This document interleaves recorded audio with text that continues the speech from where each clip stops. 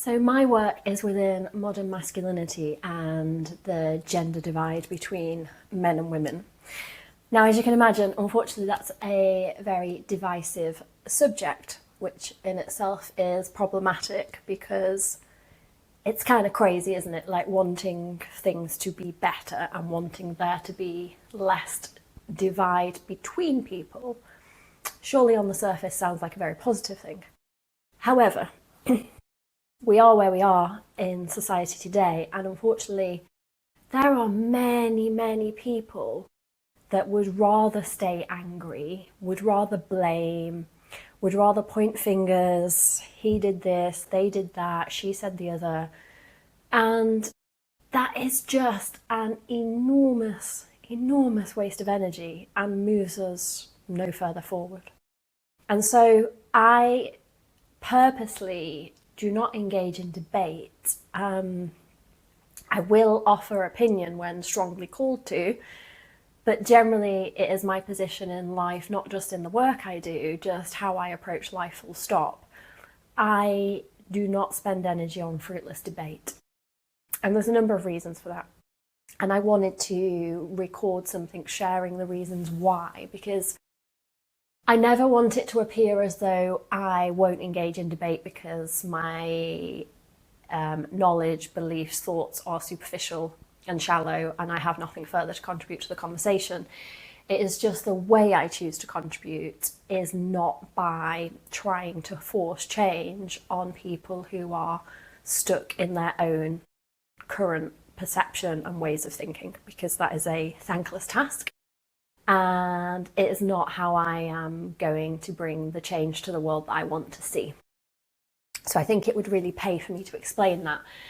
Now, the thing that instigated this is last week I saw a post by Cosmopolitan India, which I will talk about in more detail on a different episode, which is about men doing the work, because that is what the post was about. And it basically asked whether men were lonely, not in relationship, because they refused to get better. And it kind of made vague reference to some statistic with no source, very vague, and kind of said that women are doing the work, women are putting the work in, and men aren't, and so that's the issue. And to be honest, it was just one headline too many for my liking. And so whilst I still maintain my position of not entering thankless debate, there is also a time to speak up and offer a different narrative, and that felt like it, because, if I see one more sexy headline like it's embarrassing to have a boyfriend, we see a lot around women decentering men, which is a whole other subject which I will speak to, because the premise itself is not toxic, but the way it's being portrayed is. Men are lazy, not doing the work, etc., etc., etc. Masculinity is toxic. I think pop culture at the moment are riding this wave of how, these clickbait headlines attract engagement, because they largely attract a lot of angry people who want to agree with and perpetuate the narrative. And in amongst that, there are other voices, perhaps like mine, that do not agree with the messaging.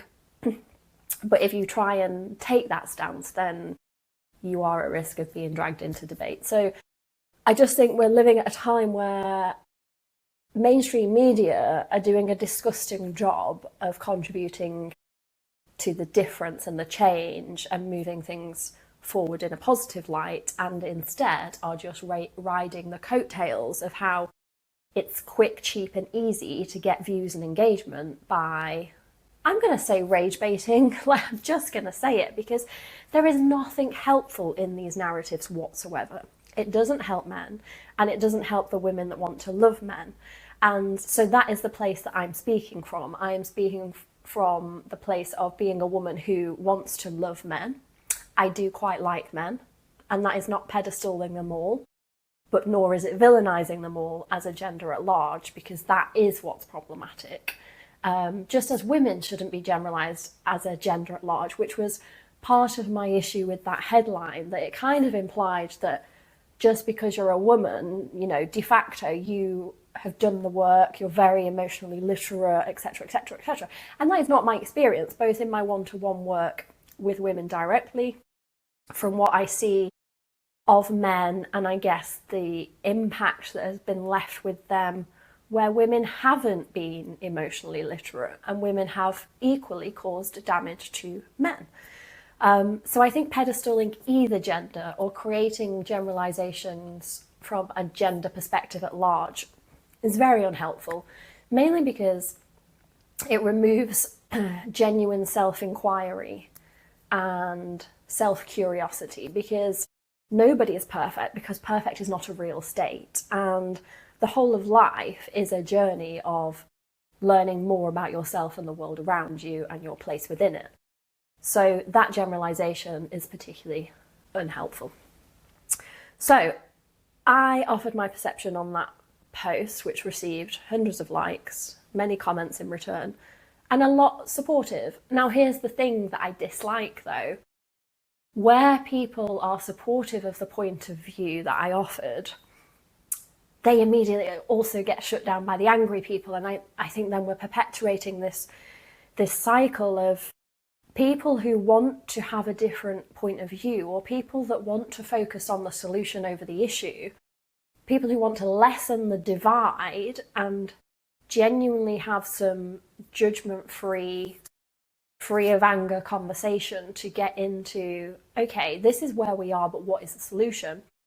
Those voices are drowned out and shot down by the many, many angry people. And so I kind of hate even contributing to that. You know, on one hand, of course, hearing other people have a similar point of view or are open to finding solution rather than focusing on issue is very gratifying and encouraging, but also then to see them drowned out by the much louder voices of anger and division, it's quite disappointing. So my comment on this post essentially was that they used the word tired somewhere in their commentary, and I said it's this narrative that's tired. It's just too easy for big publications to just throw around headlines and vague statistics without backing it up with any source reference. And also just to perpetuate focus on issue and division rather than solution. So I made a reel following my comment on that, and I kind of said, it's just too easy to keep pointing fingers and looking to the problem, not trying to answer the question of what needs to be different. And I think it's lazy at best to say men aren't doing the work, and actually it's quite destructive at worst. You know, we talk about male suicide rates, but in my experience there's a lot of men walking around like half living. I've had a startling number of conversations recently from men who have, I guess, woken up to life and a desire to stop being performative and live a life that genuinely fulfills them. And that desire was only instigated by their dad dying. So either because, I guess, it gave them a shock and woke them up to life, or because they suddenly felt like they had permission to do life their way, rather than living up to some parental expectations. And I just think that's a crying shame. So, of course, male suicide rates are tragic, but I think equally as tragic are men that are living half an existence because they just don't know who to be and how to be. And I think mainstream media perpetuating headlines like, it's embarrassing to have a boyfriend, masculinity is toxic, men are lazy, men aren't doing the work. That's just kind of exhausting, isn't it? Can't you feel the weight of that? You know, if you were someone trying to do your best in life, figure it out, because life's fucking complicated and not straightforward. But layer on that like external pressure and perception that it's just not enough and you need to do better. I think that's very damaging. And so the reason I don't enter into debate is because that is not how we create change in the world. And the best example I heard was a bit of a parable, and it was about the sun and the wind, and they were having a competition. And I think this is an excellent demonstration of how you really can contribute to positive change, which is not through force. Okay, so the sun and the wind. There's a man walking down the street. He's wearing a big coat, and the wind says to the sun, hey, I fancy a competition. And the sun says, sure, you know, what's the competition? And the wind says, whoever gets the man to take his coat off first wins. And the sun's like, sure, let's go for it. So they draw straws, or however they decide who goes first, and the wind goes first. So the wind blows, and nothing really happens. He blows a bit harder, and it's starting to like tug at the man's jacket. And he blows harder still, and the man, rather than taking his coat off, just wraps it more tightly around himself and clings on. And as hard as the wind blows, the man just continues to cling on to his jacket. And the wind kind of gives up, frustrated, feeling defeated, but also kind of arrogant. He thinks, well, if that didn't work, the sun stands no chance. Now, all the sun did was what he'd already been doing, which was to continue to shine. So the sun was just in the sky, shining. Now, a little time passed, and of course, the man walking down the street in the sunlight that is being shone by the sun starts to get too warm. And, of course, of his own free will, decides to remove his coat. I just think it is such a real example of how change is created, and it is never through force. And actually, you can create change just by shining, just by being an example in the world, by showing up as the person with the beliefs, with the behaviours that you want to see modelled around you. And that gets other people interested.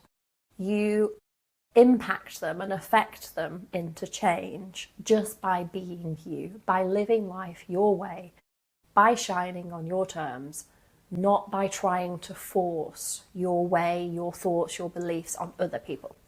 So that's number one. I think in respect of creating change, it is not through force, it's through choice. And people have to make their own choices. The other thing for me in terms of why anger and blame and division is unhelpful is because it focuses on everything that we dislike, everything that is wrong. And aside from that just not being a very fun way to live, it also just perpetuates. It becomes a self-fulfilling prophecy. Because in life, we attract what we focus on, and our experience of the world is almost via confirmation bias. So whatever we expect, we attract. And so if we put this back to the lens of modern masculinity, men, women, whether men are terrible, horrible creatures that don't deserve to exist or otherwise, if you believe men to all be toxic, to all be emotionally illiterate, to all be unavailable, to all be only interested in sex, only be self-centered, etc., etc., etc. That is what you will experience. In fact, categorically, you will experience that which you expect to. And so, quite frankly, that is not the world that I want to experience. Those are not the men that I want to experience. So I'm being very clear here when I tell you, I am not saying that all men are perfect, but neither are all women whilst we're talking about it. What I'm saying to you is that we get to create the version of the world in which we want to exist. And we do that through where we focus our energy and attention, and through the beliefs that we choose to adopt. And so for me, trying to convince a very angry person that not all men are fucking horrific, number one is like being the wind rather than the sun. I'm trying to force change where it is not welcome and is not wanted. Because when that person who has that belief wants to change, if they have a desire to think differently, then they will seek to fulfill that desire. And that is absolutely when I can help, 100%. But you can never help someone who doesn't want to help themselves. You can never change someone's opinion on something that they do not have some small desire to either want to change or be curious and open to different perspectives. Fact. So that is one reason as to why I won't engage. Sharing a different perspective, however, I will do, because that person who is 1% curious or is open to a different perspective, they might read my point of view and take something from it that is helpful. So this is not to say don't share your voice. This is not to say don't be passionate about the things you believe in. I'm just saying pick how you do it. And you don't do it effectively, in my experience, by trying to force it on people. But you can share it, because it will land with the right people. It will land with the people that are meant to hear it and find it. And aside from that, I just don't want to exist in a world where all I'm reading is the negative nonsense, because that is the reality I will start to create for myself, because I'm putting my time, energy and attention onto it. Even though they're not my thoughts and beliefs, if they are consuming a vast proportion of my time, energy and attention, it may well start to become my reality. Ultimately, the most effective thing we can do for ourselves in life is turn the attention inwards, to place that energy inwards. So if you have an experience of life that isn't as you wish it to be, trying to force change around you is not how change is going to come. But sitting with yourself and saying, okay, how am I perpetuating this narrative? How am I perpetuating this reality that I'm experiencing? What is my contribution to this situation? Because we always have one. Even if the worst thing happens to us in life, and I have a very, very story-worthy childhood experience and early adulthood, I have a lot of things that have happened to me that haven't been pleasant. And I'm never saying that it's okay that those things that happened to me, or that the people that did them were right to do so. However, the way I take my power back and alter my future experience is by considering my role in that circumstance and what can I do better. And putting my energy and intention into focusing on the world I want to see around me, being the best version of myself showing up to that world, stands me a lot better chance of experiencing it than focusing on debate, negativity, trying to force change on people that are just not ready for it. So that is my stance on why I appreciate talking about modern masculinity, feminism, patriarchy, all of that. Be very divisive and anger-inducing. No, I said can be. Because it only gets to be that way if we choose to let it be that way. We are where we are, and we've gotten to this point in time. And we have a choice to make right now to make a change, to create a future that we want to exist within. And we do that by focusing on what we want to see. We do that by focusing on solution over problem. We do not do that by sitting, looking backwards, pointing fingers, figuring out who is to blame, making men suffer as much as women, because then that evens the scales. This is pure nonsense. And we're just creating another issue for the future. And we're creating a world where men and women can't relate, because women are either very angry or very confused as to whether it is actually even okay to want to love men. And men are being very performative. Again, I will talk on other episodes about this, but there is so much performance in being a man, whether it's living up to what success is meant to be, whether it's having to lead in dating. But don't get confused, because women, of course, don't need men. That's a bit contradictory, isn't it? But that, again, maybe a conversation for another day. Sexual performance, I feel like it's so common to have heard how women fake orgasms, worry about how they look in the bedroom, have insecurities, etc. But we don't talk about it from the man's perspective, and you best believe there is as much, if not even more, performance in men when it comes to sex. So what I'm seeing right now is an opportunity to all get real and human and acknowledge that doing the work is shared accountability, and what we should just do as fucking humans that want to live our best lives, not even in respect of relationships. We are at a point in time where we can choose to keep perpetuating the anger and the division and the blame, or we can shape a future that we actually want to be a part of. And we can, both as men and women and gender aside, choose to drop performance, not let our lives be governed by societal expectations and norms that are about as outdated as they possibly could be, to not let shame drive us into silence, and actually experience more of life in a very messy, authentic, human, heart-led, compassionate way. Because here's the thing, neither men nor women, nor any human being, is ever going to be perfect. Ever. In their own eyes, in the eyes of others, because that is an impossible task.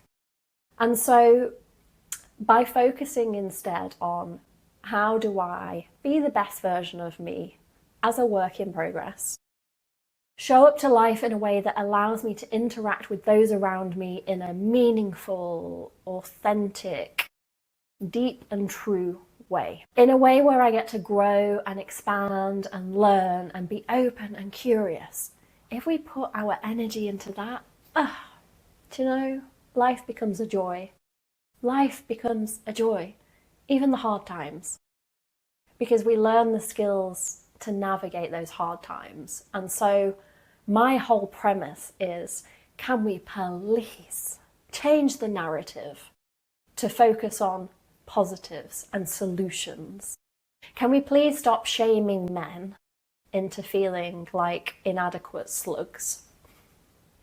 And can we please stop also shaming women that happen to want to engage in relationships with men? Now, I will talk so much more deeply on many of these subjects that I've just mentioned. Shame, performance within sex, how we can throw ourselves wholeheartedly into life in a way that allows us to navigate both the joy and the hurt, because that is being human, and trying to avoid the hurt just is not part of the deal. And if you do try and avoid the hurt, then you'll likely also miss out on the joy. So there's a lot to be said about just learning to experience and navigate all shades of life. But throwing our whole heart behind that is just such a better use of time and energy, and also just leads to a much better life experience. And there will always be people that don't want to do this. They want to stay stuck in their pain. And to those people, I want to tell you something that I heard that I thought was very profound. Resentment is like drinking poison and waiting for the other person to die. And so whatever your experience of life and men and relationship, whatever has led you to feeling resentful and angry, it is only poisoning you, and it is only holding you back in life. And that is why I just give so little time and regard to what has been done to me. And instead, I choose to focus on what I can do within myself to improve my own life experience. Because resentment truly is like drinking poison and waiting for the other person to die. You're not negatively impacting them, you're just negatively impacting yourself in the way you feel on a day-to-day basis and in the reality you are shaping around you, because you are just calling in more of what you expect. And so to those people, I hope you find your way through. And to the others who resonate with what I've said today, please don't waste your energy trying to force change on those people who aren't ready for it. We can create change by being the sun, by shining, by showing up in the world as the people we want to be and be around. And it's incredibly powerful to witness how you then actually cause a ripple effect of change around you. Sometimes it takes a collective mass who are willing to go first, and that's what I want to be a part of. That's what I'm here to drive forward. And so if you want to be a part of my collective mass, I would love to have you along on the journey. Follow me on Instagram if you're not already. Connect with me, share with me. This is all about conversation. I'm really passionate about the fact it isn't, I think gone is the day of experts stood on a stage speaking at people. And I think we're living through a time where what is needed is open and honest conversation and a desire for difference. And that is how we're going to create the world that we want to live in. So connect with me. If any of this resonated on a deep and personal level, I do work one-to-one with a selection number of clients. So again, you'll find the links on my Instagram, but please just connect with me. I will never pretend that we're compatible and I can help you if I can't. I am really fucking good at helping people.